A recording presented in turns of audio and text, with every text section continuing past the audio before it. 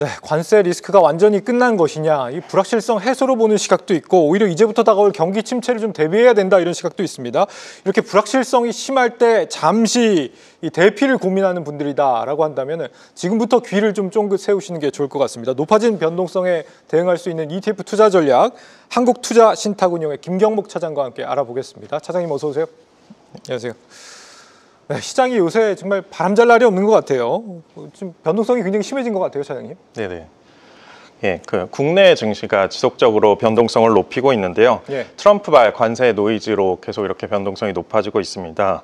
트럼프 대통령이 관세 정책을 하루하루 이렇게 결정을 수시로 바꾸면서 정책 불확실성에 대한 우려가 하루하루 투자자에게 냉탕과 온탕을 오고하게 한 건데요. 이렇게 계속되는 정책 불확실성에 따라서 연준위원들도 계속해서 경계감을 표현을 하고 있고 예. 고금리 장기화 시나리오가 무게가 실리면서 경기 둔화 우려도 심화가 되고 있습니다. 그러나 미국 경제 침체가 실제적으로 진입할 가능성은 낮다고 판단이 되는데요. 고용시장은 안정세를 유지하고 있고 주요 실물 지표가 위축되는 현상이 나타나지 않았다고 볼 수가 있습니다. 실제로 미국 경기 사이클과 높은 상관관계를 보이는 주택 경기도 체감 지표는 실제적으로 둔화가 되고 있지만은 주택 착공 건수라던가 주택 가격 등 여전히 견조한 추세를 보이고 있는데요. 따라서 미국 경기 둔화는 일시적이지 않을까 이렇게 보고 있습니다. 예. 또 현재 시장에서 반영하고 있는 리스크는 관세가 경제에 미칠 불확실성인데요.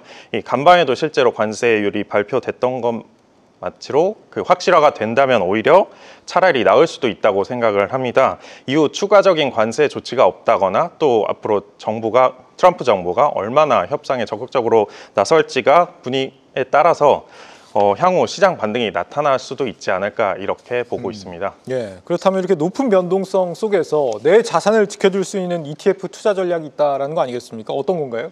네, 이렇게 시장이 방향성이 불확실할수록 투자자들의 시선이 안정적인 이런 수익을 더욱 찾게 될 텐데요. 예. 특히 최근처럼 변동성이 높아진 시장에서는 포트폴리오의 전체 리스크를 관리를 하면서도 꾸준하게 성과를 이렇게 추구할 수 있는 전략이 주목을 받을 것입니다. 이런 흐름 속에서 다시금 관심이 높아지고 있는 게 자산 배분 ETF인데요. 그중에서도 주식과 채권에 같이 투자하는 채권 혼합형 ETF가 수익과 리스크를 균형 있게 관리할 수 있는 대표적인 전략 상품이라고 할 수가 있겠습니다. 채권 혼합형 ETF, 채권 혼합형 ETF가 어떤 겁니까, 정확히? 네, 채권 혼합형 ETF는요. 네. 자산의 일정 비율을 주식과 채권을 함께 혼합해서 투자하기 때문에 한쪽 시장이 부진하더라도 다른 시장이 이를 보완할 수 있는 장점이 있는 상품인데요. 예. 이로 인해 단일 자산보다 상대적으로 낮은 변동성을 갖고 있고요. 보다 안정적인 수익을 기대할 수가 있겠습니다.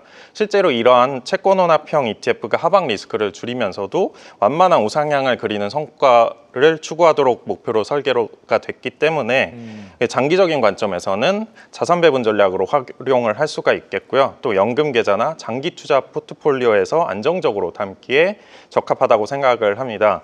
따라서 채권 혼합형 ETF는 리스크를 이렇게 제어하면서도 성과를 장기적으로 쌓아갈 수 있는 투자 전략의 좋은 출발점이 될 것이다 이렇게 보고 있습니다. 한쪽이 부진하면 다른 쪽으로 보완을 한다. 네. 실제 오늘 보면은 미국 국채, 장기 국채 가격이 좀 크게 올라가는 것 같더라고요. 네. 이런 식으로 상호 보완을 할 수 있겠습니다.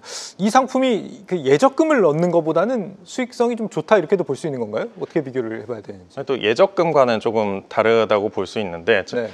위험 자산인 주식을 편입을 하면서 장기적인 우상향을 추구하면서도 최근 같은 변동성을 줄이기 위해서 채권을 약간 편입을 해서 변동성을 좀 낮췄다 이렇게 네. 좀 분산했다 이렇게 보시면 될 것 그럼 같습니다. 지금 시중에 나와 있는 채권 혼합형 상품이라면 어떤 것들이 있을까요? 네, 시장에 채권 혼합형 상품은 총 26개가 상장이 되어 있는데요. 이들의 순자산 총의 합계는 2조 6천억에 이르고 있습니다. 예. 이 어떤 주식과 채권을 혼합하느냐에 따라서 다양한 조합의 채권형 ETF가 있을 수 있는 만큼 제가 몇 가지 대표적으로 소개를 해드리도록 하겠습니다. 첫 번째로는 대표 지수를 추종하는 채권 혼합형 상품입니다. 에이스 미국 S&P 500 채권 혼합 액티브, 에이스 미국 나스닥 100 채권 혼합 액티브, 타이거 미국 나스닥 100 TR 채권 혼합 FN, 코덱스 200 미국 채혼합 등이 이렇게 국내 대표 지수를 추종하는 채권 혼합형 ETF의 예라고 할 수 있겠고요. 다음으로는 개별 종목을 편입한 채권 혼합형 상품입니다. 타이거 테슬라 채권원합 FN, 그리고 코덱스 테슬라, 커버드콜 채권원합 액티브, 에이스, 엔비디아 채권원합 블룸버그 등 서학개미들에게 큰 사랑을 받는 이런 주식들을 편입한 단일 종목형 채권원합형 ETF입니다. 예. 세 번째로는 테마형 상품인데요.